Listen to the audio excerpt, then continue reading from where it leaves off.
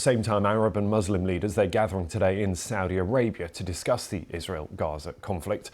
Scheduled summits of the Arab League and the Organisation of Islamic Cooperation have been merged in response to the situation in Gaza. Well, that's the scene in Riyadh. Let's take you there live now with our security correspondent, Frank Gardner, who's there. And Frank, just talk us through what we might expect to hear from this summit. What will they want to achieve today? Right, well, this is an extraordinary event in the sense that I can't think of a similar event that has brought together 57 Muslim nations together with the Arab League at a time like this. It's been called an emergency summit, although one militant group in Gaza has said, well, it's hardly an emergency summit if it's taking place 35 days into the war. Nevertheless, they are going to try to come up with a unified response, the gist of which is going to be a call for an immediate ceasefire in Gaza and more humanitarian aid, an end to Israeli occupation of Palestinian territories. But behind the scenes, what's really interesting is what Arab ministers are telling me. They don't want to be quoted personally on it, but the stuff they're saying is really quite worrying, I think, for the West, which is that they are accusing the West, specifically the United States, but also the UK, of double standards, of hypocrisy. They're saying, you, the West, condemned Russia for its killing of civilians in Ukraine. Yet when it comes to Gaza, that condemnation is either muted or pretty absent.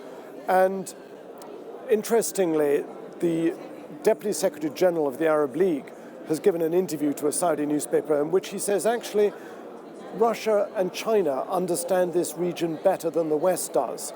Now, he doesn't speak for everybody here, obviously, but that's a worrying trend, I think. There is a feeling of despair that the West is not doing enough to rein in what's going on in Gaza, this horrendous rising death toll of civilians. And don't forget that the West has got a lot of bases here. The Americans have got military bases in Kuwait, in Oman, in the Emirates, and so on. But you speak to delegates from those countries, and they're really quite embarrassed at the stance of the West on this. Look, most of the countries coming here, they're not particularly fond of Hamas. I mean, Iran is here. They are. The Iranian delegation is here. I've just seen President Ebrahim Raisi walk past me a few minutes ago. And that's unusual in itself for him to come to Saudi Arabia. But most of them are not particularly fond of Hamas. But all of that is on the back burner compared to the enormous anxiety and angst that people are feeling at this rising death toll. And there's something else, which is a concern that out on the streets and in the cafes and in people's living rooms, there is a rising anger here in this region at this death toll, at the fact that the West seems to be incapable of stopping the carnage in Gaza, and people worry that that could get out of control and lead to radicalization. And Frank, many people will know that organisations, including the UN, have been trying to come to some sort of consensus or agreement on what its response would be to the conflict between Israel and Gaza. What hopes are there that this summit will be unified, aligned in issuing a response that states the position of the members there at that summit? Well, they're going to have to go for the lowest common denominator. You know, the Iranians are going to want to push further, I think, than the Saudis will. So not everybody's going to get exactly what they want.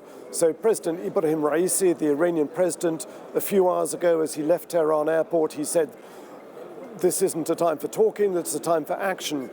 That's not necessarily how people in the conservative governments in this region feel, because they are very worried about escalation. Remember that Iran supports what's known as proxy militias, the Houthis in Yemen, Hezbollah in Lebanon, various militias in Syria and Iraq. Those are not supported by Saudi Arabia and its Gulf Arab allies. So there are differences of opinions, which is why I think they're going to go for, as I say, the lowest common denominator, which is to say, stop the fighting, have a ceasefire immediately, not just a humanitarian pause, but a ceasefire, get more humanitarian aid in, and pursue a long-term solution to the Palestinian-Israeli question. They want to see an end to Israeli occupation of Palestinian territories. They're saying otherwise this is just going to go on in an endless cycle of violence.